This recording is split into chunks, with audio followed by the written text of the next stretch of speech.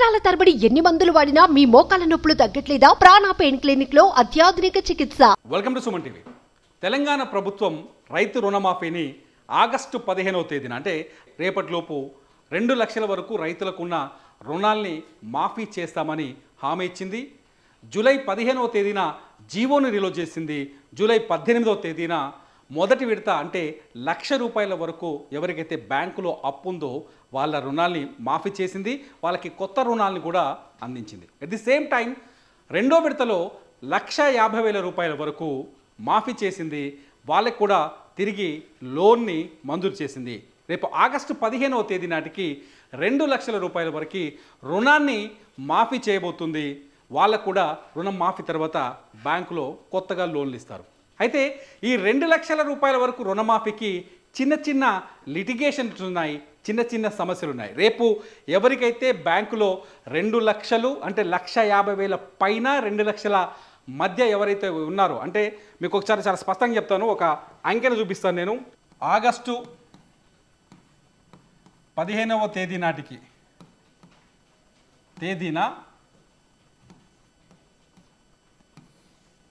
మూడవ విడత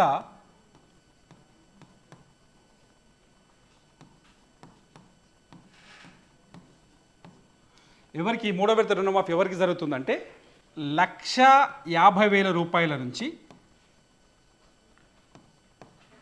2 లక్షలు ఎవరైతే బ్యాంకులో లోన్ ఉందో వాళ్ళకి రేపు పైసలు పడతాయి. ₹1,50,000 నుంచి 2 లక్షల వరకు ఎవరికైతే బ్యాంకులో అప్పు ఉందో వాళ్ళ అప్పు ఖాతాలో డబ్బులు జమ అవుతాయి. గవర్నమెంట్ రేపు వాళ్ళకి డబ్బులు జమ చేయబోతుంది. రెండో విడత ఏం చేశారంటే ₹1,01 నుంచి 1,50,000 వరకు మాత్రమే రుణమాఫీ చేశారు. ఇది రెండో విడత, సెకండ్ టర్మ్. మొదటి విడత ఏం చేశారు? 0 నుంచి ₹1,00,000 వరకు రుణాల్ని మాఫీ చేశారు. మరి చాలామందికి 2 లక్షలకు పైన బ్యాంకులో అప్పు ఉంటుంది రైతులకి. ఇప్పుడు ఎవరైతే మూడో విడత కేటగిరీలోకి వస్తున్నారో వాళ్ళకి 2 లక్షల పైన అప్పు ఉంటుంది. వాళ్ళ పరిస్థితి ఏంటి? వాళ్ళకి ఎంతవరకు రుణమాఫీ జరుగుతుంది? చాలా స్పష్టంగా మనం అర్థం చేసుకోవచ్చు. గవర్నమెంట్ చాలా క్లియర్గా చెప్పింది ఏంటంటే బ్యాంకులో 2 లక్షలు ఉండొచ్చు, 2,50,000 ఉండొచ్చు, 3 లక్షలు ఉండొచ్చు, వాళ్ళకి కూడా రుణమాఫీ జరుగుతుంది. ఉదాహరణకి ₹2,50,000 ఉందనుకున్న బ్యాంకులో లోన్, నాకు కూడా ₹2 లక్షల రుణమాఫీ జరుగుతుంది.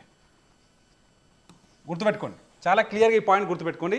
నాకు బ్యాంకులో 2,50,000 ఉంది, లేదంటే 2,01,000 ఉంది. 2,01,000 రుణం బ్యాంకులో లోన్ ఉంది,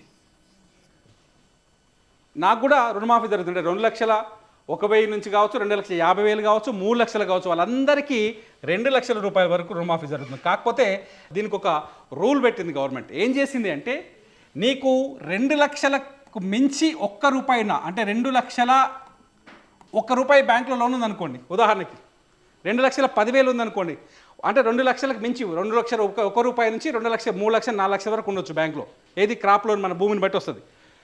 వాళ్ళు ఎక్సెస్ ఉన్న రుణాన్ని, అంటే 2 లక్షలకు పైన ఎంత రుణం ఉందో, ఇక్కడ ₹1,000 ఎక్కువ ఉంది, ఈ ₹1,000 చెల్లించాలి, ఈరోజే ముందే చెల్లించాలి. ఇలా 50,000 ఎక్కువ ఉంది, ఈ 50,000 ముందే చెల్లించాలి. అప్పుడు 2 లక్షల రుణమాఫీ వస్తుంది.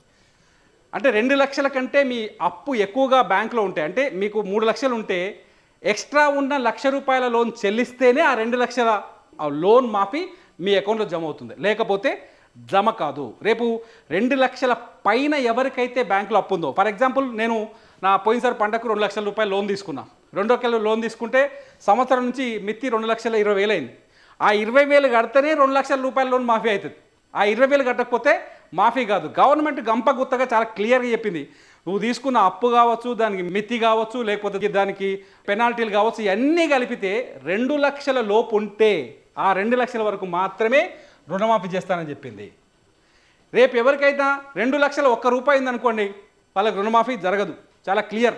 ఆ ₹1 నువ్వు పోయి బ్యాంకులో డిపాజిట్ చేస్తే అప్పుడు ఆ 2 లక్షలు నీకు మాఫీ వస్తుంది. అప్పుడే నువ్వు మళ్ళీ లోన్ తీసుకోవడానికి వీలుంటుంది. 2,10,000 ఉందనుకోండి, ₹10,000 నువ్వు బ్యాంకుకు పోయి డిపాజిట్ చేస్తేనే 2 లక్షల వరకు మాఫీ వస్తుంది. నీకు మాఫీ మంజూరై ఉంటుంది, కానీ నువ్వు ఎక్స్ట్రా దానికంటే ఎక్కువ ఉన్న మొత్తాన్ని నువ్వు బ్యాంకులకు పోయి డిపాజిట్ చేయాల్సిందే. అప్పుడు డిపాజిట్ చేస్తే 2 లక్షల వరకు నీకు రుణమాఫీ జరుగుతుంది. ఈ క్లారిటీ లేని వాళ్ళు ఏం చేస్తారంటే కన్ఫ్యూజ్ అయినాయి, నాకు రుణమాఫీ జరగలేదు లొల్లి పెడతారు, బ్యాంకుల చుట్టూ తిరుగుతారు, పాస్ పుస్తకాలు పట్టుకుంటారు, అటు ఇటు పోతారు, కన్ఫ్యూజ్ అవుతారు. మీరు ఎప్పుడైతే గవర్నమెంట్ ఇచ్చిన రూల్స్ ఏంటో చాలా స్పష్టంగా తెలుసుకోగలిగితే రుణమాఫీ ఎందుకు రాలేదో అర్థమవుతుంది. మళ్ళీ ఈ వీడియోలో కూడా చాలా స్పష్టంగా చెప్పాలనుకుంటున్నాను నేను, ఎవరెవరికి రుణమాఫీ జరుగుతుందంటే 12 డిసెంబర్ 2018 నుంచి లోన్ తీసుకున్న వాళ్ళకి, మంజూరైన వాళ్ళకి,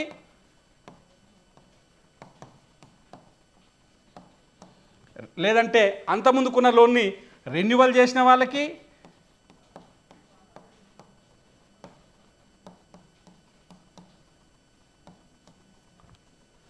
డిసెంబర్ 2018 నుంచి లోన్ ఆ తర్వాత మంజూరైన వాళ్ళకి, కొత్తగా ఎవరైనా బ్యాంకుకు పోయి లోన్లు తీసుకున్న వాళ్ళకి, లేకపోతే అంతకుముందుకున్న లోన్లను రెన్యువల్ చేసిన వాళ్ళకి మాత్రమే రుణమాఫీ వస్తుంది. అది 2 లక్షల రూపాయల వరకు మాత్రమే వస్తుంది.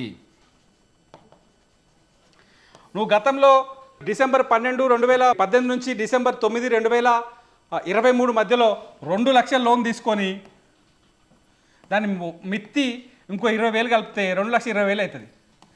ఏం చేస్తాం? బ్యాంక్ దగ్గర పోయి, అరే నేను తీసుకుంది 2 లక్షలే పోయి, మొత్తం నా లోన్ 2 లక్షలే, మొత్తం మాఫీ కావాలి కదా, నువ్వు ఎట్లా ఆపినావు నాది మాఫీ కాకుండా అంటే 20,000 పెరిగిందిగా, మరి ఈ 20,000 బ్యాంకు కట్టాలి.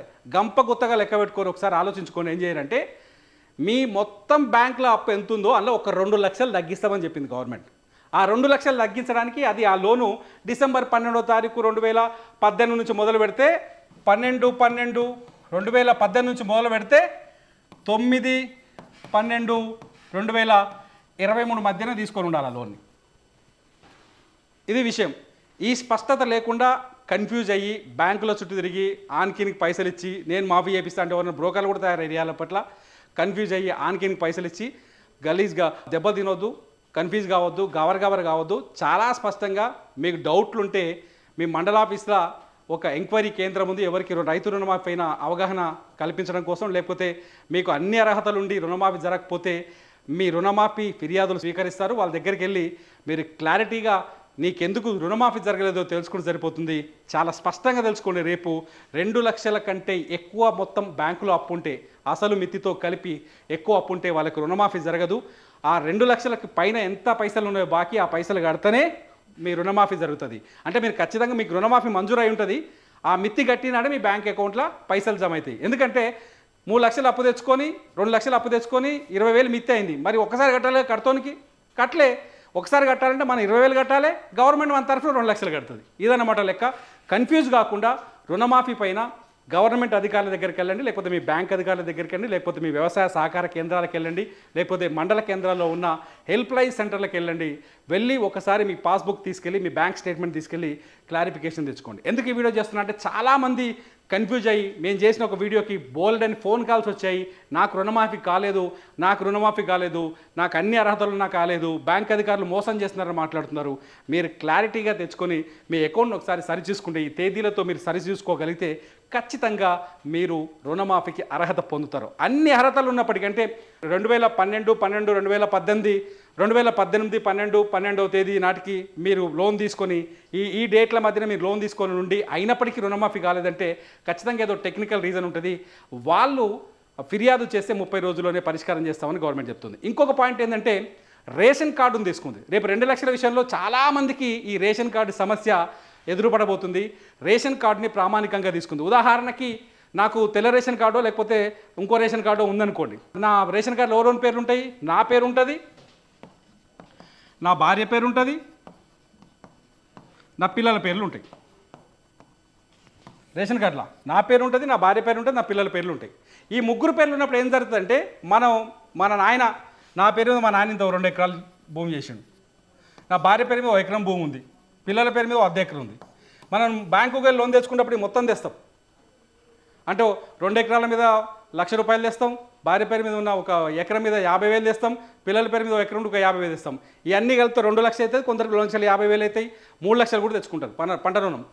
వీళ్ళకి రుణమాఫీ ఎలా జరుగుతుందంటే గవర్నమెంట్ చాలా స్పష్టంగా ఏం చెప్పిందంటే ముందు అంటే ఒక రేషన్ కార్డుని ఒక యూనిట్ కింద తీసుకుంటున్నారు. ఆ రేషన్ కార్డులో ఉన్న వ్యక్తులకి మొత్తం రుణం ఎంత ఉందో, అంటే ఫర్ ఎగ్జాంపుల్ నాకు, నా భార్యకి, నా పిల్లలకి ముగ్గురు పేరు మీద మొత్తం రుణం కలిపితే అందులో 2 లక్షలు మాత్రమే తగ్గిస్తారు. ఈ విషయాన్ని చాలా స్పష్టంగా తెలుసుకోండి. నా ఫ్యామిలీలో నా భార్యకి, నా పిల్లలకి, నాకు మొత్తం క్రాప్ లోన్ ఎందుందంటే అది 2 లక్షల కంటే ఎక్కువ ఉందనుకో, అందులో మొత్తం 3 లక్షలు అప్పు ఉందనుకో, అందులో 2 లక్షలు మాత్రమే రుణమాఫీ చేస్తారు, ఇంకో ₹1,00,000 చేయరు. అదేంది భయ, నాకు 2 లక్షలు ఉంది, నేను రైతునే, నా భార్య సపరేట్గా ఉంది, పొలం ఆమె పేరు మీద ఉంది, ఆమెకు సపరేట్గా చేయొచ్చు కదా అంటే గవర్నమెంట్ అలా చెప్పట్లేదు. అందుకే రేషన్ కార్డుని ప్రామాణికంగా తీసుకుంది. రేషన్ కార్డులో ఫ్యామిలీని గుర్తించి ఆ ఫ్యామిలీ మొత్తానికి ఉన్న లోన్లో 2 లక్షలు మాత్రమే రుణమాఫీ చేస్తాము అని చెప్తోంది. సో కన్ఫ్యూజ్ కావద్దు. ఇక్కడ కూడా ఇంకొక విషయం చెప్తోంది. మొదట మహిళా రైతు అయితే ఇప్పుడు ఫర్ ఎగ్జాంపుల్ నాకు నా భార్యకి ఇద్దరికి లోన్ ఉందనుకోండి బ్యాంకులో, ఫస్ట్ నా భార్య పేరు మీద ఎంత లోన్ ఉందో దాన్ని క్లీన్ చేస్తుంది. ఉదాహరణకి నా భార్య పేరు మీద ₹1,00,000 లోన్ ఉందనుకోండి, ఆ ₹1,00,000 లోన్ని మాఫీ చేసిన తర్వాత నా లోన్ లెక్కలకు తీసుకుంటుంది. దాన్ని దామాషా పద్ధతిలో తీసుకున్నామని చెప్పింది. సో కన్ఫ్యూజన్ అక్కర్లేదు. చాలా క్లియర్గా రేషన్ కార్డు ఉన్నవారికి, రేషన్ కార్డు లేని వారికి అని తేడా లేదు. గవర్నమెంట్ చాలా స్పష్టంగా చెప్పింది. రేషన్ కార్డు లేని వాళ్ళకు కూడా రుణమాఫీ చేయబోతుంది. కాకపోతే ఎవరైతే రేషన్ కార్డులో ఉంటారో వాళ్ళ అందరినీ ఒక యూనిట్గా తీసుకొని ఆ అందరికీ ఉన్న మొత్తం అప్పులో ఒక 2 లక్షల్ని మాఫీ చేయబోతుంది. ఇది ఒక్కసారి మీకు రుణమాఫీ పైన రిలీజ్ అయిన జీవోను చదువుకుంటే అర్థమవుతుంది. లేకపోతే మీ దగ్గరలో ఉన్న మీ బ్యాంక్ అధికారి దగ్గరికి వెళ్తే ఓపిక్గా వెళ్ళి నిలబడి అడిగితే ఆయన స్పష్టత ఇస్తారు. ఇది ప్రభుత్వ జీవో ద్వారా రుణమాఫీ పైన ఉన్న సందేహాలకు సమాధానాలు. చూస్తూనే ఉండండి సుమన్ టీవీ. మీ బిజినెస్ ఏదైనా మీ ఊర్లో ప్రమోషన్ చేయాలంటే అది సుమన్ టీవీతోనే సాధ్యం. ఇప్పుడే సంప్రదించండి.